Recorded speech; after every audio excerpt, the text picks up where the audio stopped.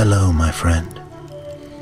Today I will tell you another long-forgotten legend.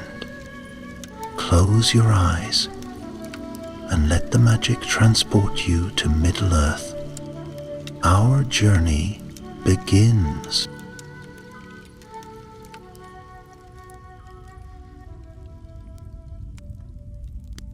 Long before the shadow of the Dark Lord spread wide across Middle-earth, before the mighty kingdoms of elves and men were shattered by war, there was a time when the world was young and the great powers still strove to shape its fate. Among these powers were beings of extraordinary might, the Ainur, who had come into the world at the dawn of time. Of these the greatest was Morgoth, once called Melkor, who turned to darkness and sought to dominate all. In the halls of Angband, his fortress beneath the Iron Mountains, Morgoth gathered his servants, fearsome creatures of shadow and fire.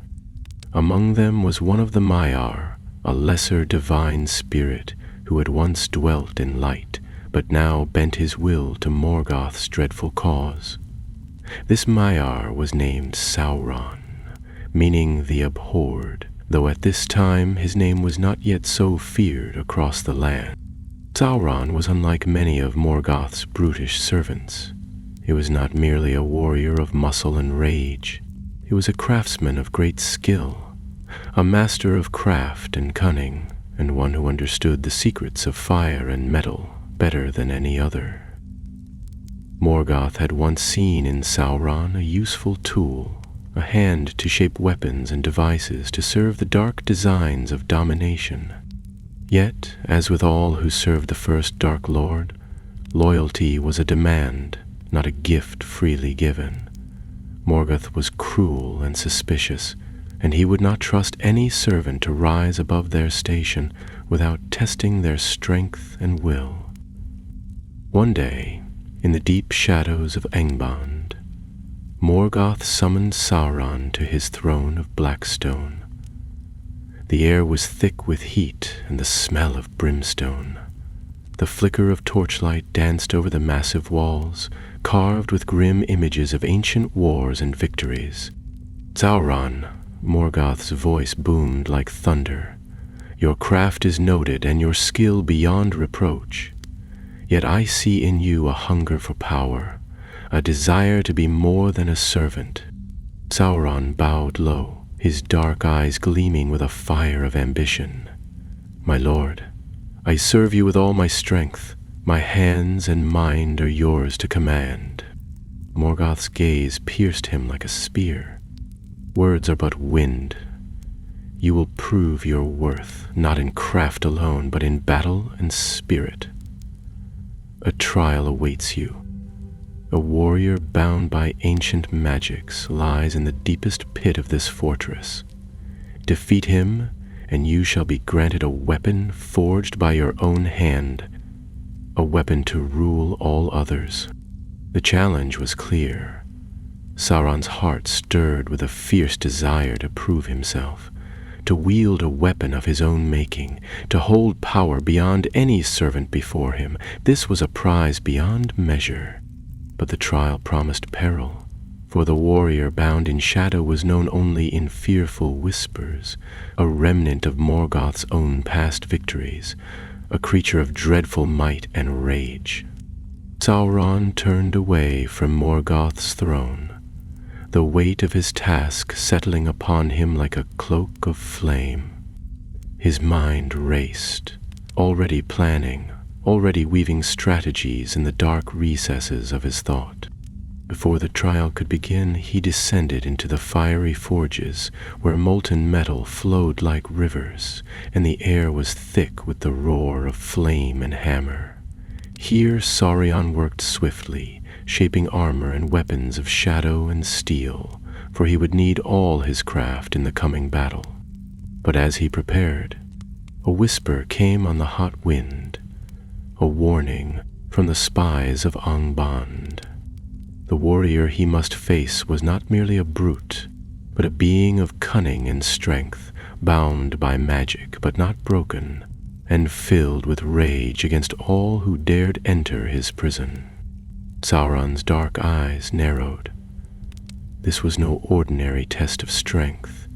It was a trial of mind as well as might. Thus the stage was set for a confrontation that would echo through the ages, shaping the fate of Middle-earth and the rise of the shadow that would one day fall upon all lands. Sauron stood alone at the mouth of the tunnel that led downward into the bowels of Angband, where no light dared linger, and even the orcs feared to tread. The way was sealed by a black arch of iron, twisted like roots of withered trees, and inscribed with runes that burned faintly in the dark. With a word of command in the black speech, Sauron caused the gate to groan open, spilling forth a wave of heat and the stench of ancient rot. He stepped forward without hesitation. Behind him, the forge fires roared on, but their warmth now felt distant. He wore no crown, bore no ring of power. Those would come later. But his dark mail gleamed with a reddish hue, as if already stained with blood not yet shed.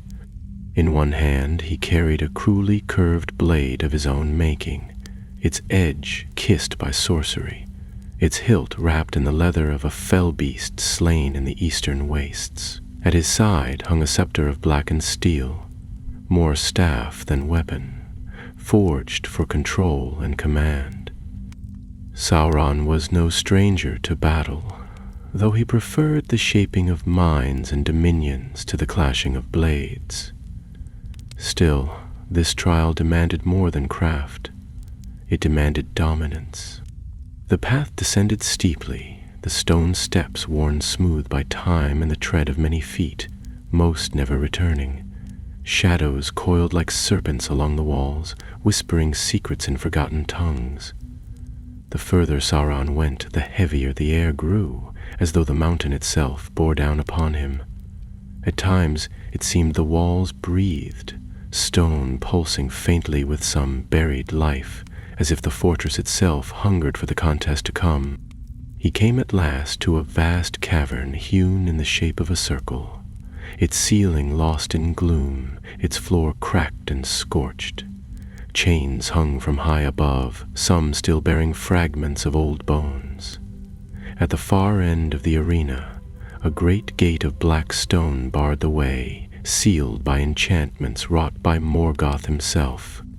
As Sauron approached, the runes upon the gate shimmered, then shattered like glass. The door opened inward with a grinding moan, and from the darkness within stepped the champion of Morgoth's test. He was massive, easily a head taller than any man, and clad in armor the color of dried blood.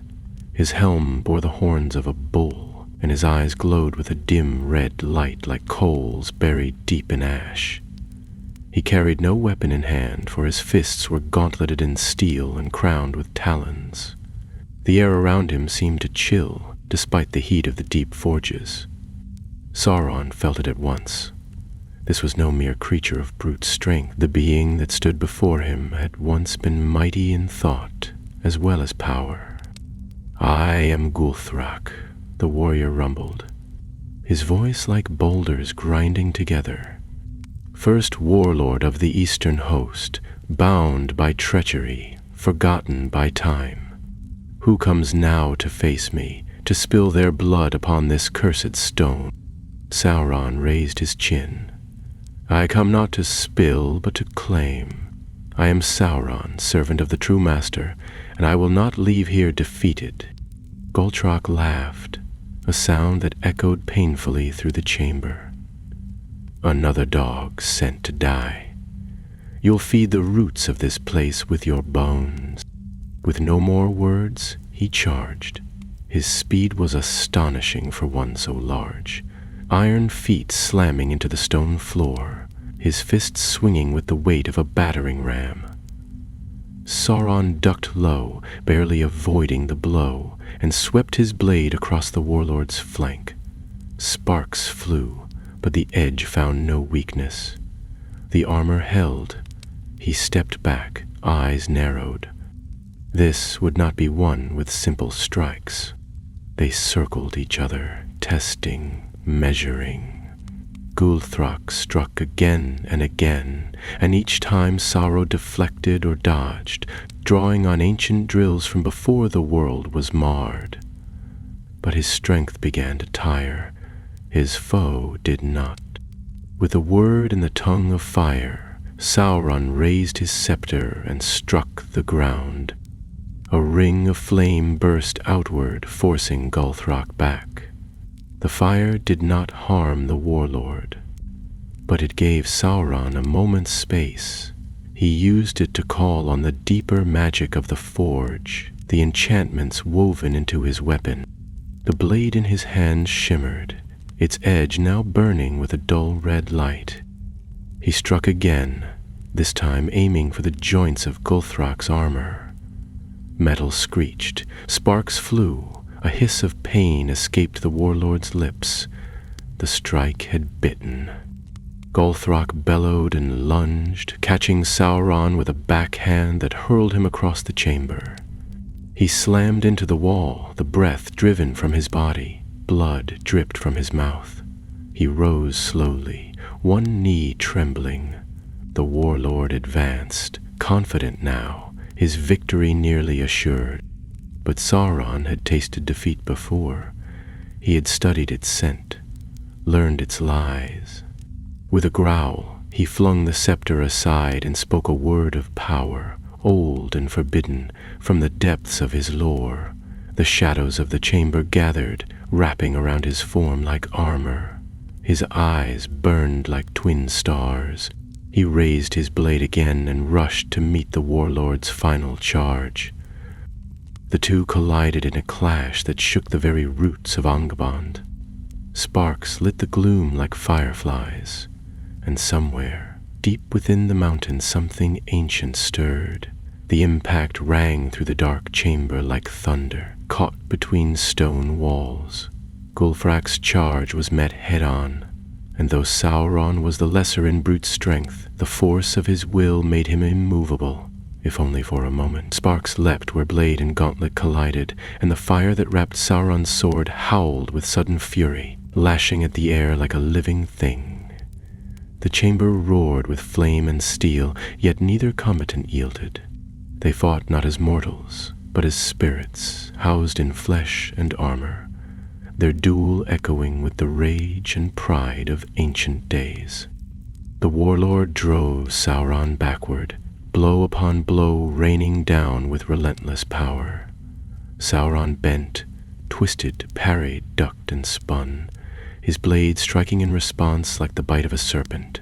But Gulthrak's armor, forged in the early days of Morgoth's reign, was thick and cursed with wards to blunt enchantment. Sauron's flame-bitten steel left gashes, yes, but shallow ones, never enough to slow the beast. Then came a hammering strike that shattered the stones beneath Sauron's feet. He stumbled, his shoulder jarred and nearly dislocated, his blade knocked from his grip, skittering across the floor in a burst of sparks. Gulthrak advanced, not with haste, but with grim certainty. "You fight with fire," he growled, voice rough like gravel in a torrent. "But fire dies. Ash is what follows." Sauron's breathing was harsh, pain blooming along his ribs. He raised a hand, fingers curling, and whispered a phrase in the forbidden tongue of Utumno, ancient even before the world's shaping. The ground quivered. Shadow poured from his palm and raced along the stones, creeping toward the discarded sword. With a hiss, the weapon lifted from the floor and flew into his hand once more. He lunged before the warlord could react. His blade sank deep into the narrow slit beneath the helmet's chin. There was a sound, part groan, part snarl, as Gulthrak reeled, but even wounded he did not fall. His mailed fist slammed into Sauron's side and sent him crashing once more to the far edge of the chamber. Dust and cinders erupted where he landed. Sauron rose slower this time. His legs trembled beneath him, and his breath came in shallow gasps. He wiped blood from his mouth with the back of his gauntlet, and his thoughts churned. He had tried fire. He had tried force. None had undone the warlord.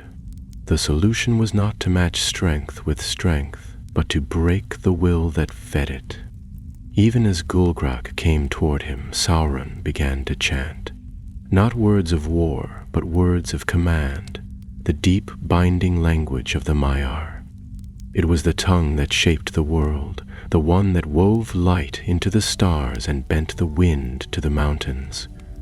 As the chant rose, the shadows in the chamber bent inward, the chains on the walls trembled, flames flickered blue. Gultharak paused, confusion flashed in his eyes, then fury. "You would bind me again?" he roared. "I was chained once by your master. I will not be chained by you." Sauron stepped forward. "You were bound," he said, voice low but steady, "because you could not see beyond your own rage. You serve Morgoth, but you have no place in his new order. Fall here and be forgotten, or yield, and your name shall not be lost." The warlord spat, a gob of black blood hitting the ground between them. "Your words mean nothing. I will see your bones ground beneath my boots." He charged again, but this time Sauron did not meet him with sword or spell. He raised his hands wide, and the flames of the chamber flared upward, illuminating runes along the walls that had not glowed in centuries. The enchantments bound into the stone, placed there by Morgoth when the pit had first been carved, came alive once more. The chains that hung from the high ceiling rattled, then snapped downward like serpents. They caught Gultharak mid-leap, coiling around his limbs and throat. He roared and thrashed, but each struggle tightened the bindings, searing his armor with fire and darkness entwined. Sauron limped forward, his voice still chanting, though now low and cold as winter wind. The warlord sank to one knee, then two, his strength faltering. With a final word, Sauron drove his sword through the center of the rune-carved floor. Light burst from the wound in the stone, and the bindings grew still. Gultharak hung there, not dead but subdued. His breathing came heavy, the red fire of his eyes dimmed.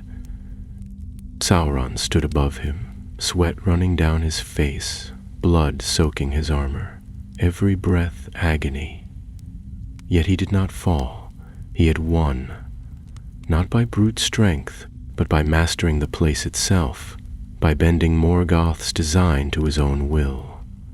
The chamber was silent, save for the soft hiss of cooling metal and the faint rattle of chains.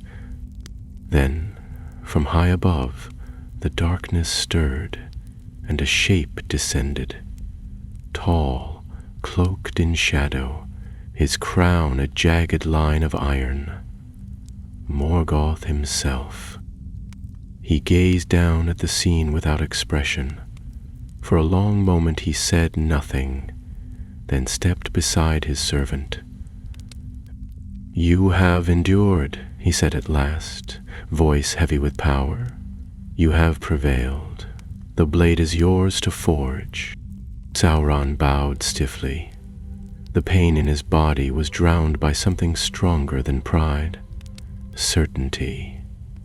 The trial had not merely tested his strength, it had revealed what he was becoming. Not merely a servant, not yet a master, but something in between. The black gates of the trial chamber groaned closed behind him, sealing away the vanquished warlord and the echoes of the battle that had nearly broken him. Sauron walked in silence, the flames of the corridor casting long shadows that danced along the stone walls. Every step sent pain lancing through his ribs, and the weight of exhaustion pressed down on him like a millstone. Yet his bearing did not falter. He had passed the trial. Gulkrok lay bound in chains he would never break, and Sauron walked free, bloodied but triumphant. At the top of the stair, the Forge Masters of Angband awaited him. They were creatures of twisted form, once dwarves and Maiar, now corrupted by Morgoth's will into things of heat and ash. Their eyes gleamed like embers, and the hammers they bore glowed with inner fire. When Sauron emerged, they bowed low without a word and stepped aside, allowing him to pass into the heart of the forge. It was a chamber vast as a mountain hollowed from within. The ceiling vanished into smoke, and rivers of molten metal flowed through channels carved by dark magic. Chains hung from the heights, bearing anvils large as wagons, and the clang of hammers beat a rhythm like the heart of the earth itself. Morgoth stood on a high dais, his cloak trailing smoke, his eyes burning with dark purpose. He raised one hand and the forge fell still. "You have endured what few have survived," Morgoth said, his voice carrying over the anvils and flames. "You are no longer a mere hand at the bellows, Sauron. From this day you shall be the master of the forge. One weapon shall you fashion, and by it shall our enemies tremble. One blade to bear my wrath across the lands of Middle-earth." Sauron bowed, though the movement sent a fresh surge of pain through his bruised frame. "I shall forge such a weapon, my lord, one worthy of your dominion." Morgoth gestured toward the forge, where a new mold had been prepared. It was a design of Sauron's own making, long and slightly curved, the blade shaped to bite swiftly and without mercy. The hilt was wrought with runes of control, submission, and conquest. As he approached, the Forge Masters brought forth rare metals, black iron from the deeps of the Iron Mountains, a sliver of meteoric steel fallen from the stars, and, at Morgoth's command, a fragment of obsidian from the ruins of Autumno. He began at once, his body weak but his mind ablaze with focus. With each stroke of the hammer, he poured more than skill into the shaping. He poured memory, the fury of the trial, the humbling taste of near defeat, the cunning it had taken to prevail. Each moment was pressed into the metal, layer upon layer, until it sang with purpose. The forge fires blazed hotter than ever before, drawn to his will. Around him, the Forge Masters murmured in awe. Never had they seen such clarity in craft, such precise dominion over fire and steel. The blade took form over many days, and while others might have required rest, Sauron did not pause. He was no longer simply a servant fulfilling a task. He was becoming something more, something new, and with each blow of the hammer he felt it. His will, his design, his dominance grew stronger. He saw the blade in dreams and waking thought, a weapon not merely to destroy, but to bind, to rule, to shape the future with a single edge. When it was finally quenched in oil blacker than night, the steam rose in great plumes that took on shapes. Wings, crowns, flames. The metal was cold, but within it burned something that was not fire. Morgoth descended from his dais and took the blade in hand. His fingers curled around the hilt, and the runes flared briefly. "This is but the beginning," Morgoth said, weighing the weapon. "You have crafted a tool of strength and terror. It shall serve me well in wars to come, but it is your hand that made it. The mark of your spirit is etched within. You see now, do you not, that domination is not gained by might alone, but by design?" "I see it, my lord," Sauron replied, "and I will never forget it." Morgoth nodded and returned the blade to him. "Then carry this name in your heart, No longer only the abhorred, but Gorthor the cruel, who shapes both steel and will. The world will remember that name. Sauron felt a chill settle in his chest at the title, but he did not reject it. The path ahead was clear. The weapon was merely a symbol. His true strength lay in the forging of order, in the mastery of flame and fear, and in the minds he would bend to his own design. The forge fires rose once more as he stood upon the dais where Morgoth had stood, and the hammering resumed, this time under his command. In the days that followed, the forges of Angband shaped weapons, armor, and devices of war under his gaze. The orcs whispered his name now not with mockery, but with reverence and dread. The Balrogs, once contemptuous, gave way before him in the forges, and deep in his thoughts Sauron began to envision a future far beyond Morgoth's design. He saw a realm of perfect order, a world without waste or rebellion, where all things bent to a single will, not by chaos, but by design. And in the center of that vision stood one mind, one ruler, himself. But that dream was still a shadow, a whisper of what might be. For now he remained Morgoth's lieutenant, bound by oaths and service. Yet the seed had been planted, and in the heat of Angband's forge it had begun to take root. The halls of Angband shifted with new purpose, since Sauron's triumph in the trial and the forging of the dark blade, now named Garog, which meant Shaper's Fang in the Black speech. There had been a change not only in how he was regarded, but in how the fortress itself moved around him. Where once he was only a voice among many, now the clang of forges fell silent at his approach. Orc overseers lowered their gazes. Even the trolls, dumb and mighty, watched him warily from the shadows of their pens. And above all, Morgoth had granted him authority to command the forge masters, to direct the breeding pits, and most importantly, to manage the network of spies and whispers that spread through Middle-earth like roots beneath the soil. Sauron wasted no time.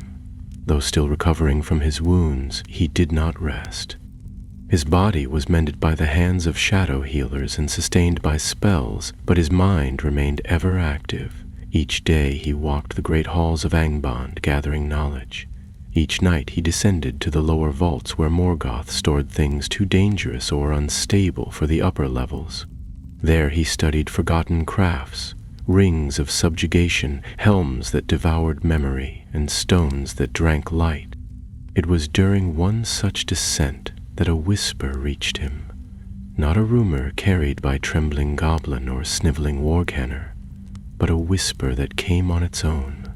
In the vault of the silent deep, past the third gate and behind the old iron bars scorched by dragonfire long ago, Sauron stood before a locked door he had never noticed before. It bore no inscription, no mark. He did not know why he had stopped there, only that something in the air shifted as he approached it. He placed his hand upon the cold black metal, and for the briefest instant it seemed the world held its breath. Then the lock clicked open with a sound like cracking bones. The door swung inward on ancient hinges that did not creak, and a faint blue light spilled out into the gloom. Inside, the chamber was small, round, and utterly silent.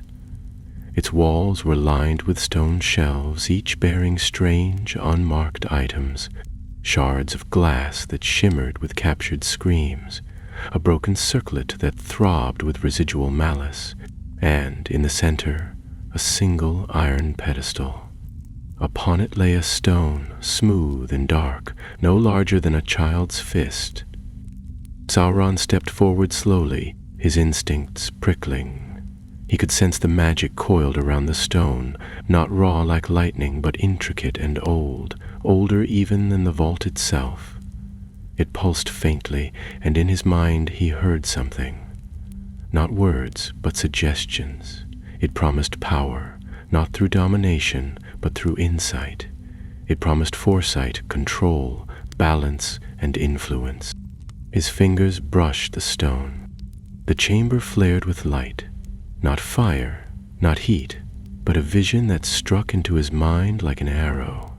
He saw the lands of Middle-earth spread wide beneath storm-tossed skies. He saw kingdoms rise and fall, towers crumble, forests burn. He saw elves in gleaming armor, their eyes full of pride and grief. He saw men, noble and flawed, building cities only to betray one another. And at the center of it all, he saw himself, not as a servant, not even as a lord, but as a presence, unshakable and vast, watching over all, ensuring that no power opposed the one design. The vision ended as quickly as it had begun. Sauron staggered, gripping the pedestal for support, his breath shallow, but his eyes burned with clarity. He knew now what his future could be, what it must be. Not merely a lieutenant or forge master, but something greater, a weaver of order, the guiding hand of a new age. And the first thread of that tapestry would be drawn not in fire or blood, but in loyalty. He left the chamber with the stone in his cloak, hidden beneath folds of shadow-spun cloth. He told no one, not even Morgoth. In the weeks that followed, Sauron's influence continued to grow. He did not challenge Morgoth openly. Such defiance would be foolish. But he began to act in ways the other lieutenants did not understand. He called together spies from distant realms and listened not only to news of armies and borders, but to stories of dissent, of hunger, of mistrust among men and elves alike. He began crafting small tokens, rings, and trinkets that whispered comfort or fear into the hearts of those who wore them. He did not need to command all with terror. Some he could bend with desire, others with lies, and many with the simplest offer of peace in a world that would never know it.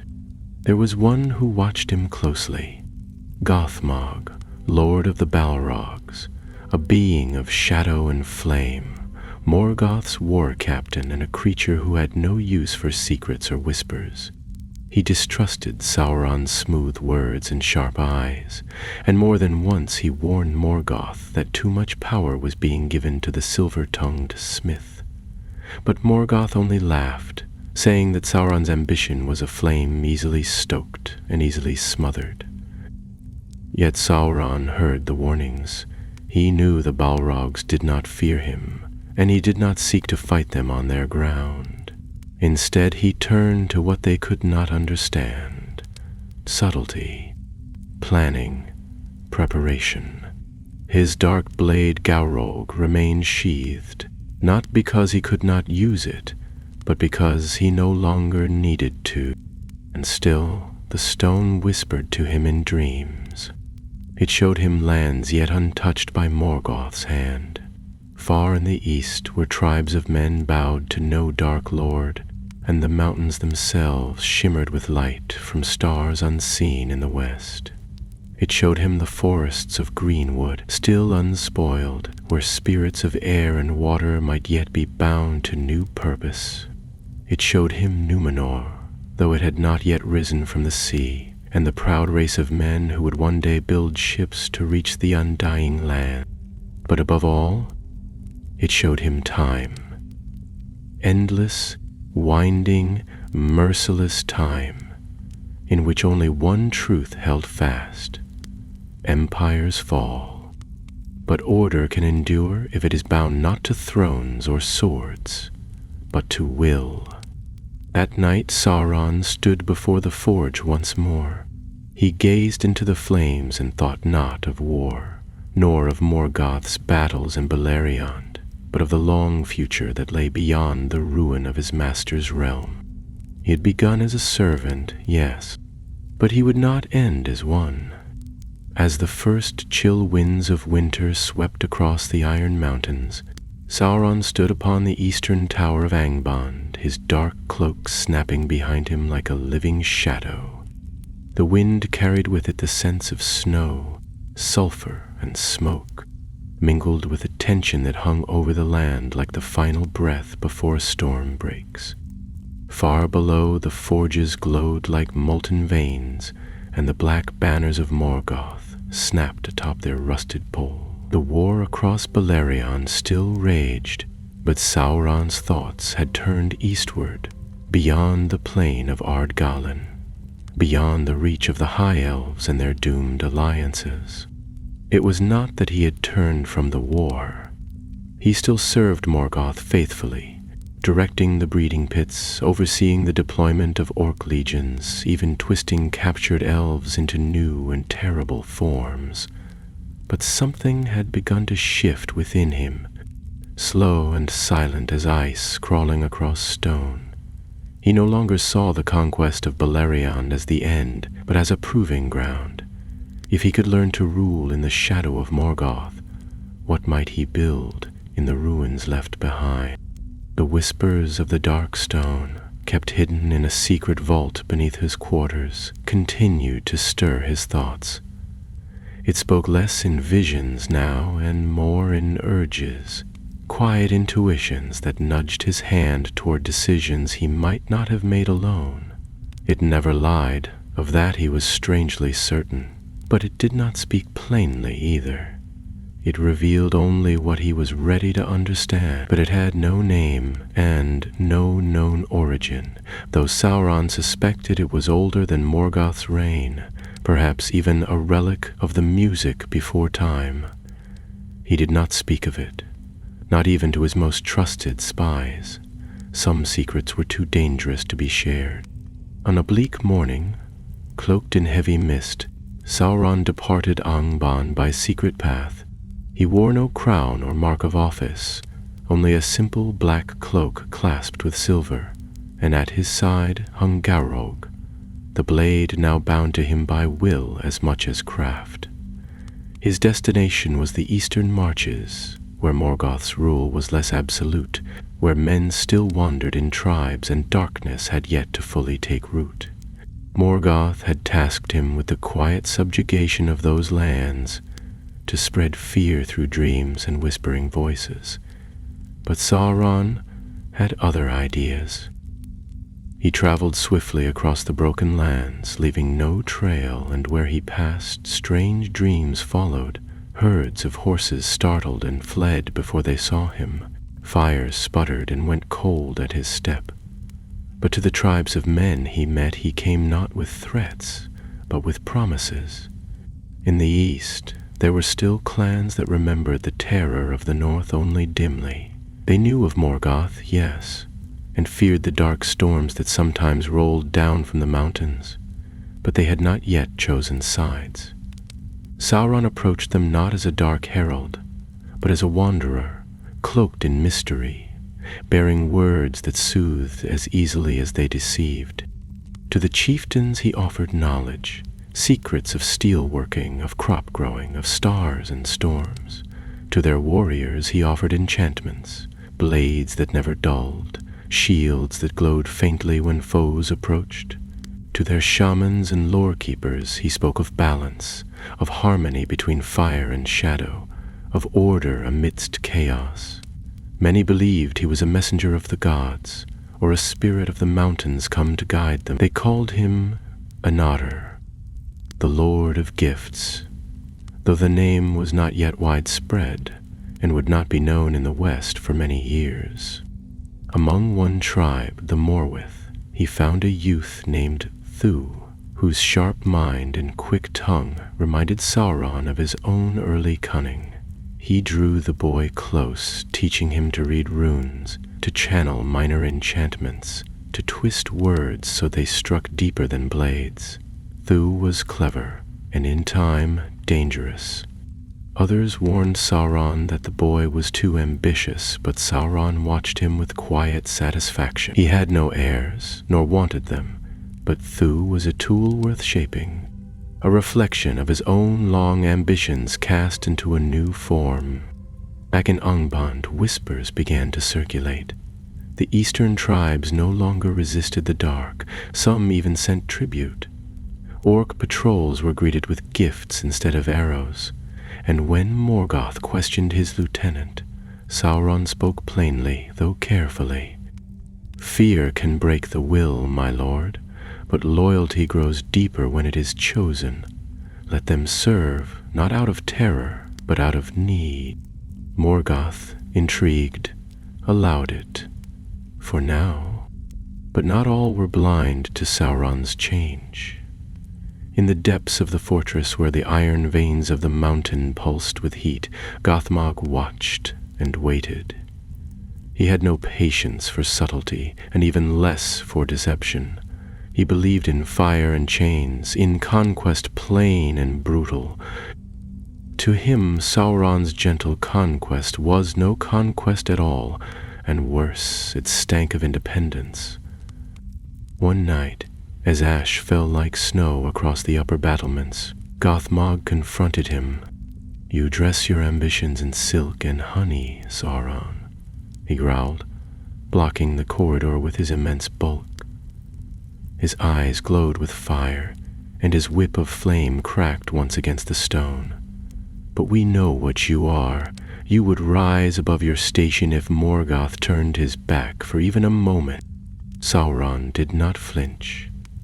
"You mistake foresight for rebellion. I serve Morgoth, as I have always done." "Too well," Gothmog sneered. "But know this, should your hand reach too high, it will be burned." Sauron inclined his head, the motion smooth and unreadable. "Then let us hope the fire is mine to wield." He walked past the Balrog without another word, the chill of his presence drawing steam from the walls where Gothmog's heat touched stone. The warning had been issued, and the lines drawn. War was not yet upon them, but the tension between fire and shadow had begun to hew like a drawn string. Deep within, Sauron did not fear Gothmog. He had no desire to fight him, not yet, but he had already begun crafting chains that no flame could break. And when the day came that fire and cunning met in true battle, it would not be brute strength that prevailed. That night, beneath the fortress, in the chamber where the whispering stone lay, Sauron placed his hand upon it once more. He asked no question, offered no plea. Instead, he simply waited, and after a long silence, the stone offered a new vision. He saw a land of green and gold far to the south, where the earth was still young and power slept beneath the hills. He saw 9 thrones, empty, and he saw a ring. The vision lingered in his thoughts long after the glow of the stone faded and the chamber fell again into silence. Though Sauron did not yet fully understand what the 9 thrones meant, nor the single ring that had gleamed in the darkness, the image had burned itself into his mind with such force that it followed him into waking hours. He returned to his duties in Angband, but his thoughts were not on the marching of orc battalions or the forging of new blades. His mind, ever reaching forward, twisted around what he had seen, those empty seats of power and the circle of gold that had pulsed with light and dominion. The dream was not yet a plan, but the outline of something vast and potent, and already he was laying the foundation for it. The eastern tribes continued to bend to his will. By now, nearly half the clans from the southern Eredingrin to the borders of the withered heath had pledged allegiance to the shadow that wore a silver cloak and spoke in quiet, knowing tones. Few of them even knew Morgoth's name. They knew only the gifts they had been given: blades that never rusted, crops that bloomed early, rain when drought had threatened their herds. The magic Sauron gave them was limited, carefully controlled, but it was enough to make them trust him. Back in Angband, that trust bore fruit. Morgoth was pleased, though in his pride he saw it only as a reflection of his own greatness, that the world bent before him even when his hand did not guide the blow.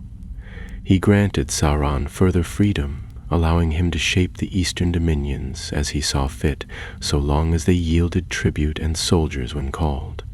The other lieutenants, ever watchful, grumbled behind their jagged helms, but none dared speak openly now. Even Gothmog kept his distance, though Sauron suspected it was not out of fear, but calculation.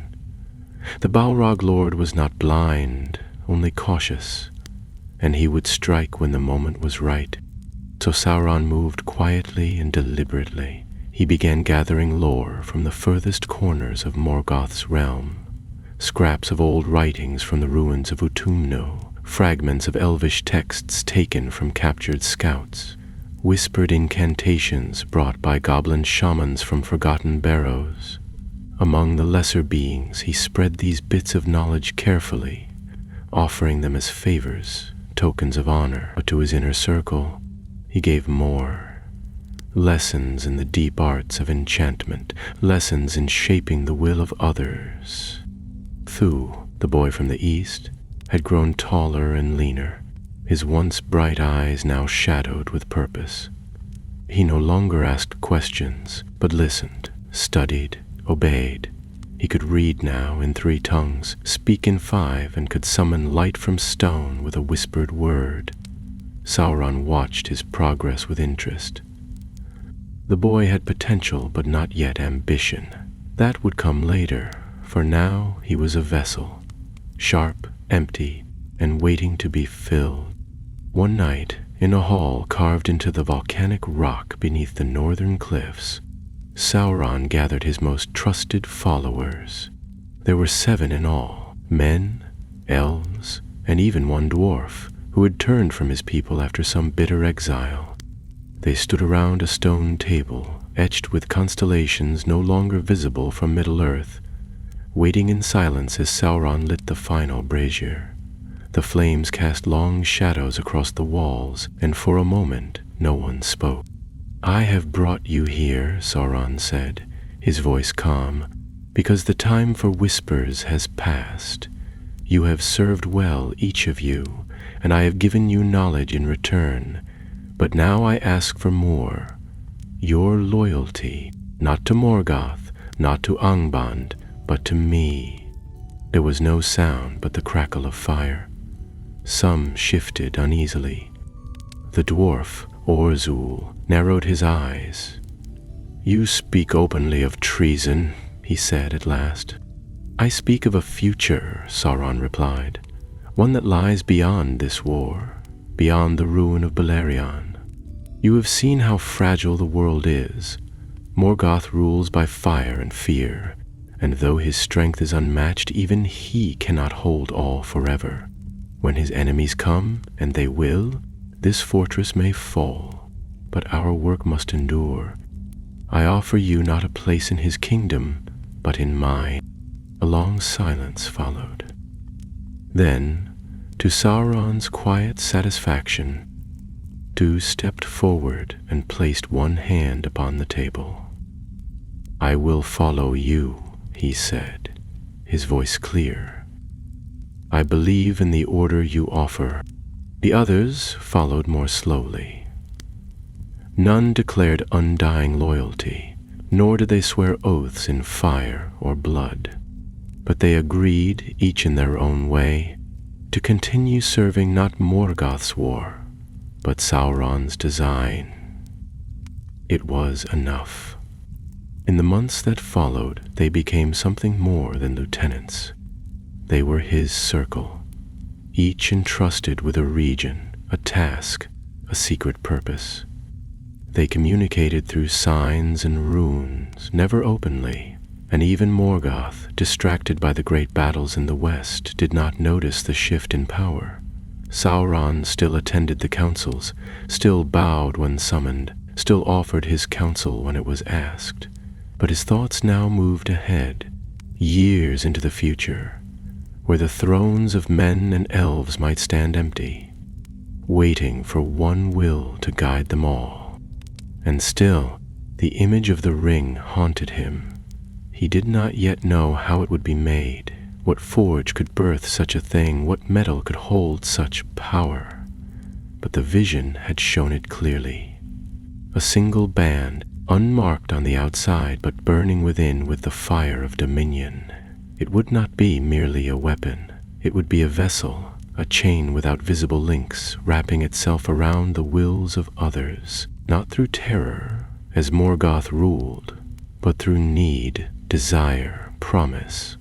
Sauron often stood alone in the forge now, long after the forge masters had gone. He would heat metal until it sang, then set it aside. He would draw designs into the soot, then erase them. He was still searching for the shape, the enchantment, the truth of what the ring must be. And then, one night, as the fires dimmed and the shadows pooled thick along the walls, he turned to the whispering stone and asked, "How?" The answer did not come in words, but in a memory called from the depths of his being. The music of the Ainur, the great song that had shaped the world before the world began. A harmony broken by discord, a pattern rewritten by force. But what if it could be rewritten again, not with brute strength, but with purpose? What if the song itself could be bound to a single object, and through it, the wills of others tuned to a new melody? Sauron stepped back from the stone and smiled, faint and cold. He would need more time, and a new forge, though the forges of Angband were mighty, and its flames fierce enough to melt the bones of the earth. Sauron began to understand they would not serve the purpose he now pursued. They had been built to serve Morgoth's design, to craft weapons of war, to breed terror, to break the wills of enemies with fire and steel. But what he sought to make required a different kind of heat, not one that consumed, but one that transformed. It would not be born of rage or vengeance, but of a deeper purpose, one that bound, ordered, and endured. So he withdrew from the forges of Angband, claiming the need for new designs. Morgoth, occupied with the war raging across the western lands, granted him leave without much concern. Sauron used the time carefully. He traveled eastward again, alone and veiled in illusion, cloaked not just in shadow but in thought. His path took him beyond the arid Engren, across the plains where the first stars still shone unclouded by smoke, and into lands yet untouched by the long arm of the Dark Lord. There, in a valley hidden between two ridges of stone and wrapped in constant twilight, he found what he was looking for. It was a cave, high in the hills, with a floor of black glass and a ceiling of white stone veined with silver. At its heart was a fissure, narrow and deep, from which rose a steady warmth, not a flame, but a breath of the earth itself. It was a place the elves had once known, long ago, and avoided, fearing the quiet power that slept beneath. Sauron did not fear it. He welcomed it. He called the place Andruin, the secret hearth, and there he began to shape the forge that would one day make the vision real. It took many months. With spells of concealment, he cloaked the valley from all eyes. He summoned creatures from distant wastes, silent stone things and heat-eaters, servants that did not speak or question. From the far north he brought obsidian and voidstone, and from the east rare crystals that pulsed with stored light. He built the furnace around the fissure, layering wards into its walls, and inscribed the stone floor with sigils of order drawn from the Ainulin Dale, the first music of the world. Every movement was calculated. Every mark had purpose. He did not intend to simply craft an object. He intended to reshape the pattern of things, to embed will into matter itself. But the forge alone would not be enough. He needed knowledge, deep knowledge, not only of smithing or enchantment, but of domination. the subtle art of aligning other wills to one's own, not by brute force, but by resonance. He began reaching beyond Angban's libraries, beyond even the secrets Morgoth had hoarded. Through dreams and spells, he sought remnants of the lost cities of the East, ruins buried in sand and ash, where the spirits of forgotten Maiar lingered still, bound by ancient griefs. He did not fear them. He questioned them. He bargained. In one such place, an old temple drowned in salt, where the star seemed to move wrongly above the waves, he found part of what he needed. An incantation meant not to control, but to harmonize, a binding not of chains, but of threads. When he returned to Anduin, the forge flared with renewed light. Sauron labored in secret, testing alloys and chants, binding metals to ideas, experimenting with small talismans and bands of power.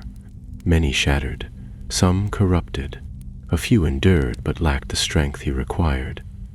Time passed, years perhaps longer. It did not matter, for beings like him, time was a tool, not a cage. Each failure taught him something new. Each success brought him closer to the truth. Meanwhile, in the West, the Great War turned. Morgoth's armies pressed hard against the elves and their allies, and the world burned with fury. But Sauron did not return.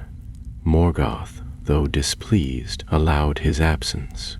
He still believed Sauron's gifts would serve the war in time, and the eastern territories were quiet and loyal, thanks to his lieutenant's influence. The seeds Sauron had planted among the tribes still grew, their roots curling deep into the minds of chieftains and wise men alike. The worship of the Lord of Gifts began to spread, in hidden chants and carved symbols. No longer was his name spoken with hesitation. It was whispered in prayers, sung in secret, marked on stone altars beneath the open stars. Sauron felt the shift. He did not stop it.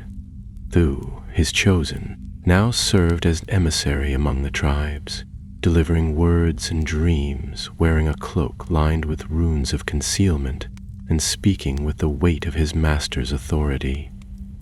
Though young, he had become a figure of awe, his face veiled, his staff carved with the eye that sees, a sigil Sauron had crafted himself. The boy reported often, never questioning, always asking what next to teach, what next to reveal, and slowly, piece by piece, the great pattern took shape. At last, in the 15th year since he had first glimpsed the image of the ring, Sauron stood once more before the forge at Anduin, with a design that no longer needed testing.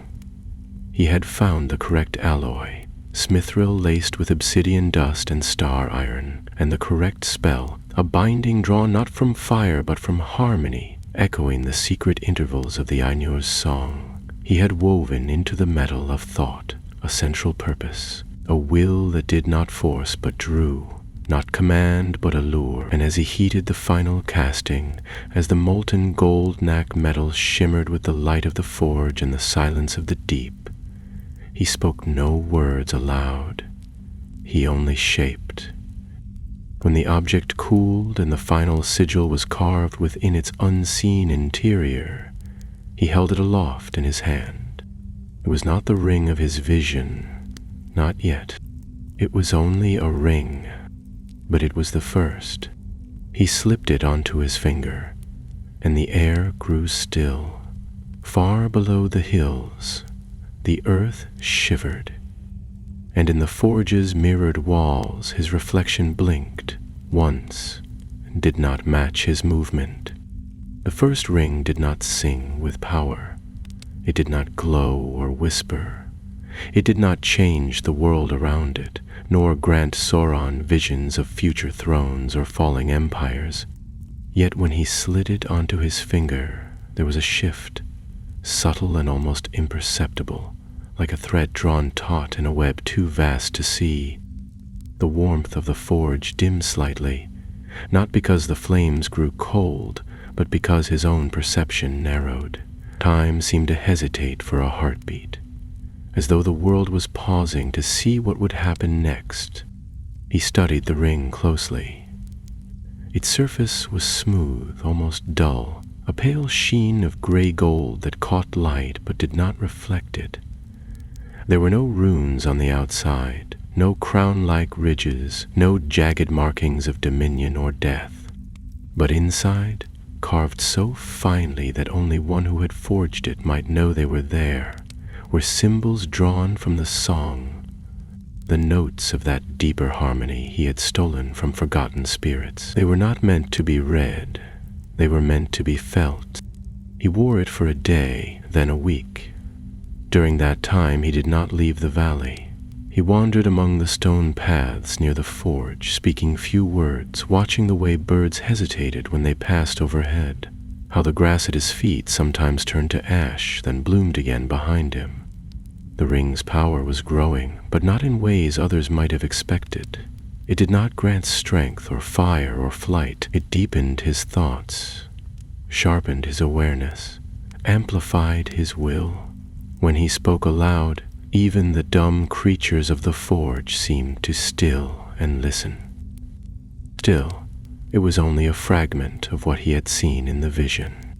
He had always known one ring would not be enough.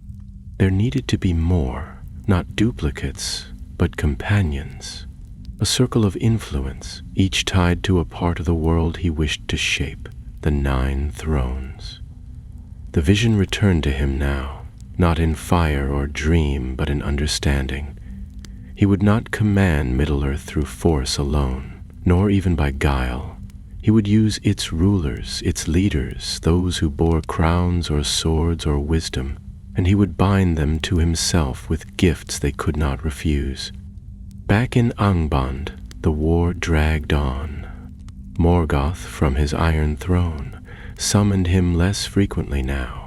The other lieutenants had either fallen or withdrawn, and the Dark Lord had grown colder, more withdrawn, more focused on crushing the remaining resistance in the west.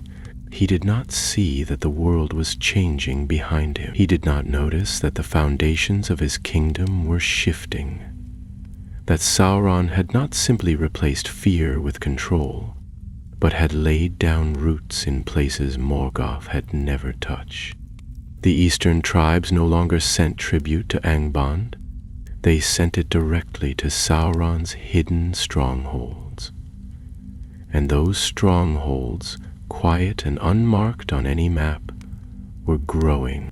One of them lay beneath a ruined watchtower on the border of the withered heath.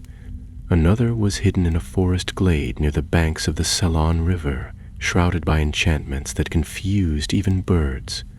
Each housed a forge, not like the great furnace of Angband, but smaller, more refined, tuned not for mass war, but for delicate work. And from these forges, Sauron's circle began to produce more rings. The second was shaped from star steel, taken from the wreck of a meteor that had fallen during the First Age. It was pale blue, so light it floated on water. It was meant not for a warrior, but a seer. It allowed its bearer to sense thoughts, not read them, not control them, but feel their pressure, their weight, their rhythm. It was a ring of counsel, of subtle advantage, and Sauron sent it to one of the high priests of the southern hills, a man named Halzur, who had once spoken out against the darkness, but who now feared the growing uncertainty of his people. Sauron sent no name, only the gift, and a dream to explain it.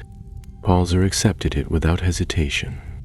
The third ring was heavier, carved of iron and polished obsidian, designed to amplify strength and dull pain. It was sent to a chieftain among the snow tribes, whose warriors lived short and brutal lives in a land of ice and hunger. With the ring, the chieftain fought longer, healed faster, and feared nothing. In return, he swore quiet allegiance to the shadow that had helped him. More followed. Each ring was different, crafted for a specific purpose and bound to its bearer through design, not compulsion. Sauron did not seek to enslave them, at least not yet. He gave them gifts they could not make for themselves, tools that made their lives easier, their thrones more secure. In return, they listened, they trusted, they depended. His circle, now spread across 3 continents, grew. Not an empire, no banners, no armies, no open rule, but a network of influence stronger than any fortress. And still, he wore the first ring, the prototype, now adjusted and refined. He had reworked its sigils and deepened its binding. And with each new ring forged, he poured a part of its magic back into the Master One. He had begun to understand the final truth of what the vision had shown him. The one would not merely be a ring of power, it would be the source of the others. Not just greater in strength, but necessary to them. Their enchantments would draw on his. Their loyalty would echo his will, not because he forced them, but because he had made them. The one ring would be the heart of the others. If they wore theirs, they would be wearing his thought. It would take time, years, perhaps decades, but Sauron had patience. He did not intend to lose what he had begun. Far to the west, the war took a darker turn.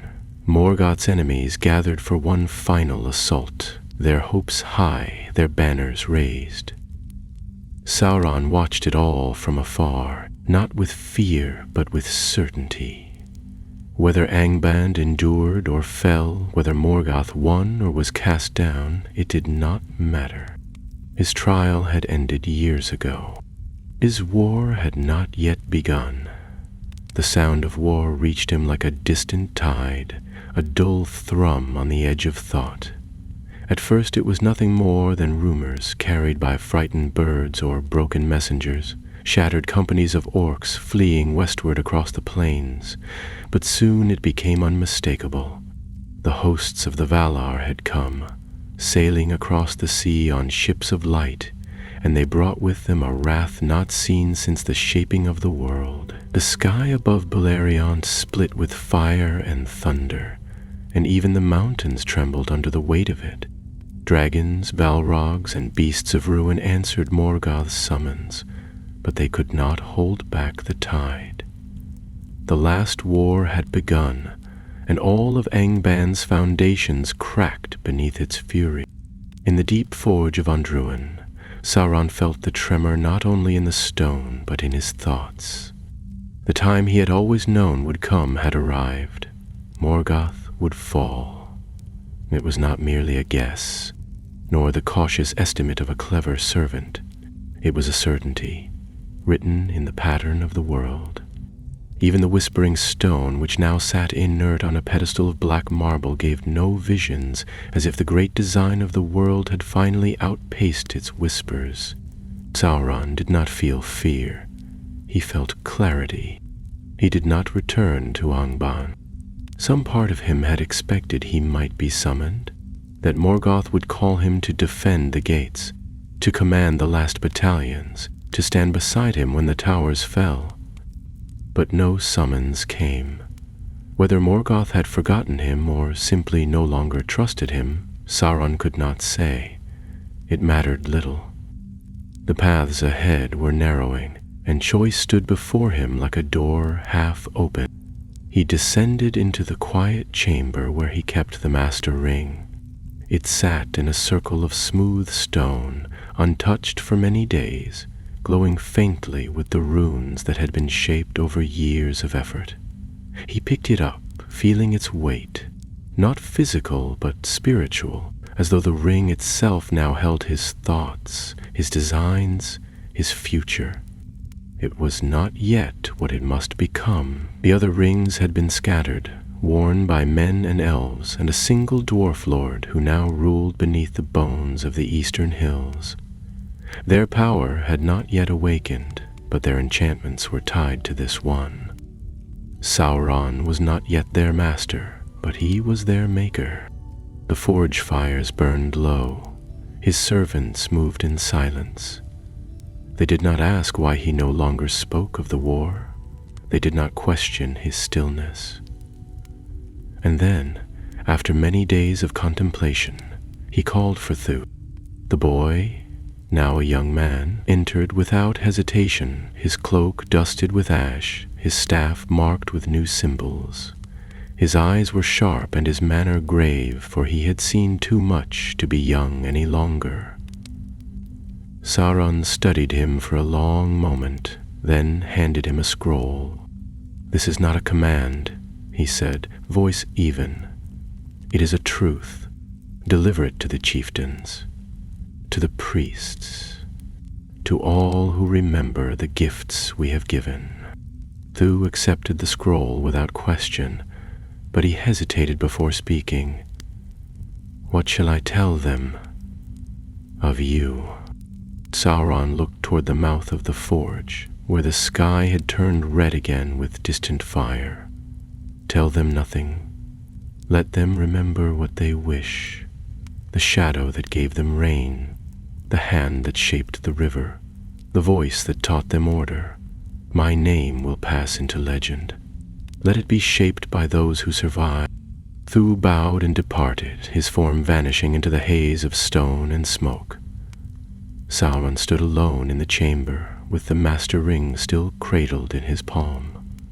He turned it once, slowly, watching the faint glimmer along its surface, and in that moment he considered a path he had never allowed himself to truly face.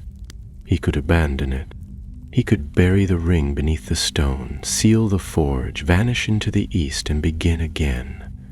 Not as a ruler, not even as a servant, but as a wanderer.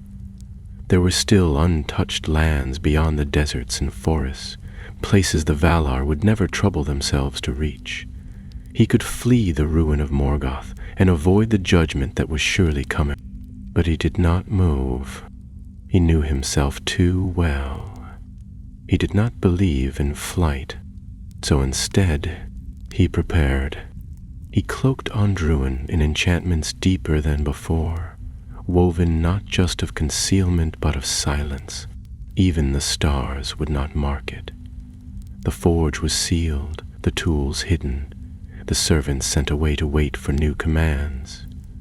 And the ring, unfinished, untamed, was placed once more upon its pedestal, though Sauron lingered with his hand on it for a long time before letting it go.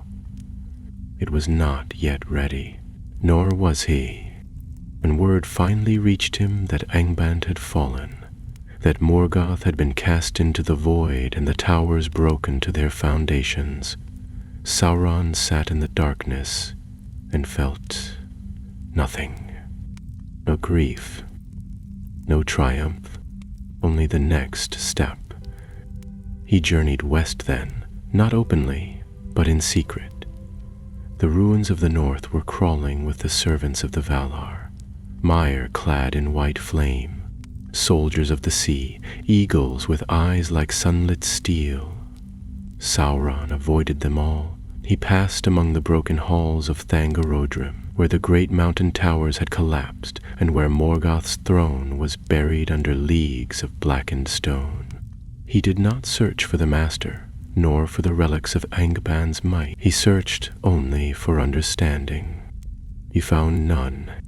The power of the Valar was absolute. Their judgment had been swift, their wrath unstoppable. In the face of it, all his strategies, his networks, his forging had seemed like dust, and yet he did not despair. He saw the weakness of their might. For all their fire and strength, the Valar had not conquered men. They had not destroyed the will of the East. They had ended a war, but not the idea that Sauron now carried in his heart. When he turned away from the ruined north, he did not return to the east. Not yet. Instead, he went south, disappearing into lands no map recorded, for time moved differently and the shadows whispered not in fear, but in expectation. He would return. He would remake what had been lost. and when he did, the world would not know him as servant or smith. He would know him as Lord. For many years after the fall of Angband, the lands of Middle-earth were hushed by the weight of what had passed. The northern realms lay broken beneath the sea, the mountains sundered, the fires smothered. The elves mourned their dead, and the Edain who had fought beside them were rewarded with lands far to the west, beyond the bent horizon, in an isle raised by the Valar themselves. Morgoth was gone, cast into the void by the power of the host of Valinor. His servants were scattered, hunted, or driven into deep places beneath the earth, and of Sauron there was no sign. He had vanished. To the elves, it seemed a final mercy that the most cunning of Morgoth's lieutenants had either perished or fled beyond the reach of the world. But Sauron had not perished. He had hidden, slipping through the cracks of the world like smoke through a broken wall. In the vast lands south of Beleriand, where no high elf walked, where the light of the two trees had never shone, he made his way across deserts, jungles, and ruined cities whose names had long been swallowed by time. There, in the deep east, he found what he needed: space, silence, and minds untouched by the war. The people he encountered were wary but not hostile. They lived in tribes and scattered settlements, ruled by chieftains and priests, guided by old myths and stars. Most had never seen an elf, nor heard the name of Morgoth. They spoke of dark gods that walked the sky and of fires that fell to earth in ages past. When Sauron came to them, he did not arrive in shadow or wrath. He arrived as a teacher. He wore no armor and carried no sword. His form was tall and fair, his voice smooth as polished stone. He took a name from the old speech of the East, Anatar, Lord of Gifts, and he came not bearing threats, but knowledge. He taught them to temper iron, to farm in drought, to build halls that withstood the sand. To the priests he spoke of order in the stars. To the rulers he spoke of peace through unity. And slowly, carefully, he began to gather them not by force, but by admiration. But even as he walked among mortals, speaking with kindness and offering aid, Sauron never forgot what he was. In the dark heart of the world, in a valley lost beneath cloud and mountain, he rebuilt the forge of Andruin. The original had been sealed after the fall, hidden beneath spells too deep for elves to unravel. But this second forge, greater, colder, more perfect, was shaped with purpose beyond mere craftsmanship. It was here that Sauron began the true work. The rings were no longer scattered gifts. They were part of a plan, refined from his original designs. 9 he shaped first, each crafted from silvered iron and bound with enchantments drawn from the harmonies of the Ainur, layered with his own will. They were made not merely to amplify power, but to create dependence, to nurture the hunger for more, for permanence, for control. The bearers would not know they were being bound. They would believe themselves stronger, freer, more themselves than ever before. But the truth would lie in the one. For even as he shaped the 9, Sauron poured his deepest efforts into the Master Ring, the true vessel of his will. The earlier prototype had been powerful, but flawed. Now, with the knowledge gained through decades of study, failure, and observation, he forged anew in the fires of the hidden forge. The materials were rare and perilous.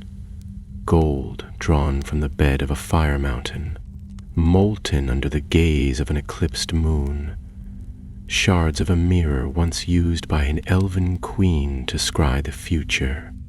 And a single thread of light, stolen from a Maya spirit who had lingered too long in dream.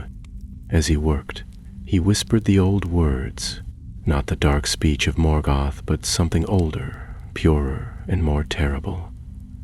He sang them into the metal, binding his essence into the ring's form. He poured his ambition, his cunning, his certainty, his dominion. When it was finished, he placed it upon his finger, and the world changed. He did not roar in triumph.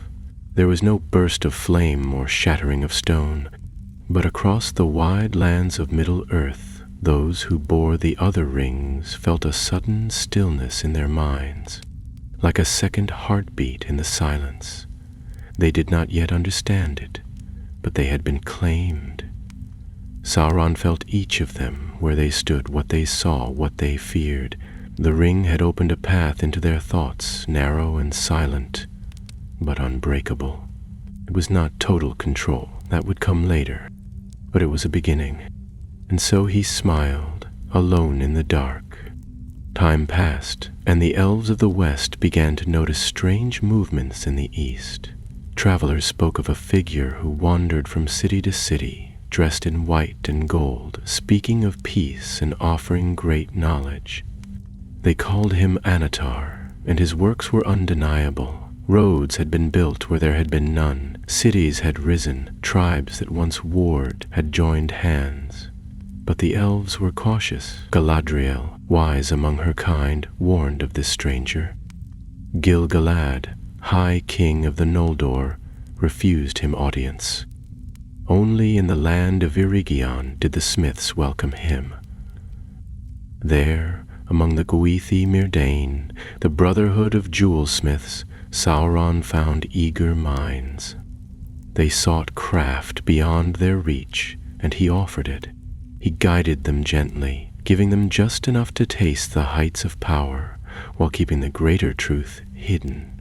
Under his counsel, the elves of Eregion began to craft rings of their own, not of dominance, but of preservation, of healing, of memory. It was exactly what he needed. For when their rings were finished, when the elves wore them and bent the air and earth to their design, Sauron slipped on the one ring once more. And in that moment, they knew.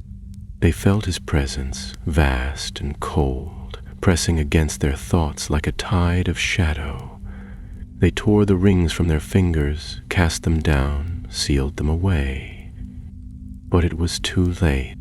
The bond had been made. Sauron fled the west then, cloaking himself in fury. The mask of Anatar was shattered. No longer the Lord of Gifts, he became again the Dark One. The shadow returned. The elves turned against him, raising armies, forging alliances. But Sauron did not despair.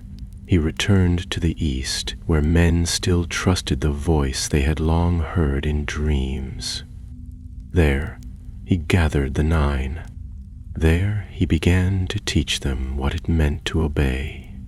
In the shadowed lands beyond the great rivers, where the stars hung heavy over black plains and the mountains curved like claws against the horizon, the Nine gathered.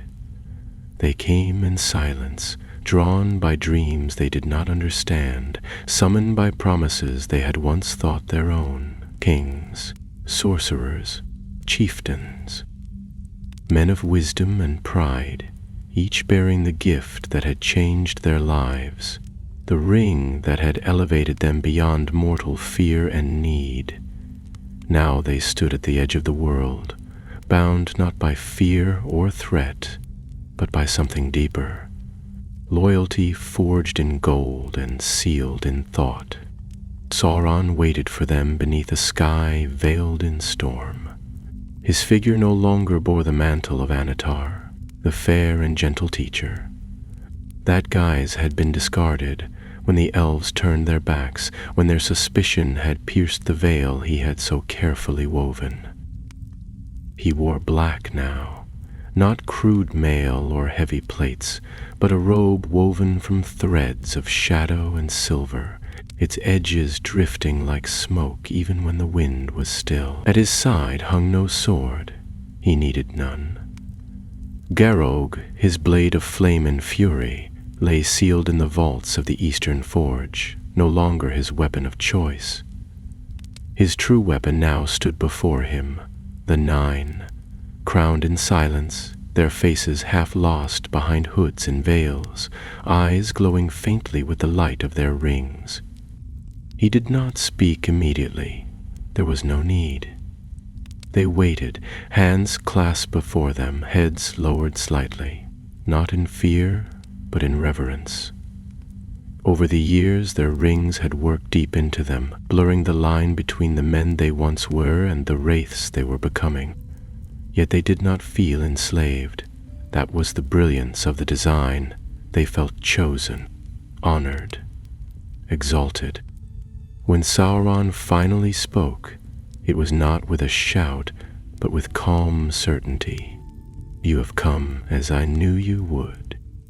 Each of you holds power shaped by your own will. You have ruled, conquered, brought order where there was none. But now I offer you something greater, an eternity of purpose. They did not answer, but they nodded as one, a slow movement like the bowing of trees before the wind. The world changes, he continued. The elves grow weak. The Valar have turned their eyes away, and the heirs of Númenor grow proud and blind in their western haven. Soon they will fall to quarrel, and their thrones will shake. We will be ready. The tallest of the Nine stepped forward. He had once been a king in the shadowed east, famed for wisdom and feared for wrath. Now his voice was low and hollow, but steady. And what shall we be, Lord of the Ring? Sauron did not answer at once.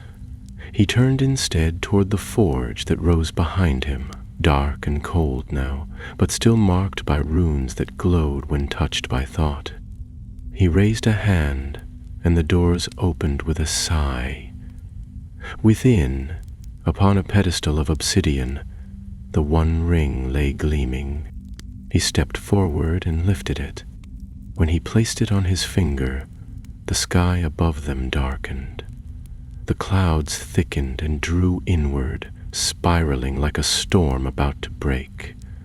The wind stilled. The world itself seemed to hold its breath, and the Nine felt it. Not as pain, not as a chain pulling them down, but as a thread weaving through their minds, gentle at first, then firm. They did not resist. There was no reason to. The voice that entered their thoughts was one they had heard in their dreams, in their victories, in the quiet moments when their rings had pulsed with heat. It was Sauron's voice, but it was also their own. You shall be kings still, he said, his voice now echoing in the space between worlds. But your thrones shall not be of stone or gold. They shall be of silence and shadow. You will walk among the peoples of Middle-earth unseen, guiding, bending, reminding. You will carry my will when I do not speak. And one day, when the West is weak and the world forgets what true order is, you shall rule it once more. They bowed, not because they were forced to, but because they could not imagine doing otherwise. Thus were the Nazgûl born, though they did not yet bear that name. Wraiths in waiting, shadows in the making. They dispersed across the lands, bringing whispers and fear where they walked, always listening for the call of the One. And Sauron, no longer a servant, no longer a craftsman working beneath the will of another, rose at last into his full dominion. In the east, temples were raised in his name. In the dark corners of the south, secret societies formed, their banners bearing the eye that sees. In lands the elves had never crossed, people spoke of the great Lord who gave order to all things. His armies grew, not with brute force, but with belief. Orcs and trolls still followed him, but now so too did men, born under red stars, raised to sing his praises. Years passed, then decades. The world forgot the first age, forgot the War of Wrath, forgot even the terrible name of Morgoth. But Sauron remained. Sometimes he appeared in fair form, sometimes in dread, but always with purpose. He no longer sought to shatter the world. He sought to perfect it. And yet even in his highest moment, in the deep of night beneath a quiet sky, he would sometimes descend into the lower chambers of the forge and stand before the whispering stone. It had grown quiet over the years, dimmed and faded, but he still felt a tremble when his hand passed over it. He would look upon it and remember the trial, the forges of unbond, the warrior bound in chains, the first blade shaped in fire and blood. He had passed through shadow and silence, flame and frost, ambition and failure. He had served and learned and risen. And now the world bowed, not to Morgoth, not to any other name, but to his. Sauron, the Lord of the Rings.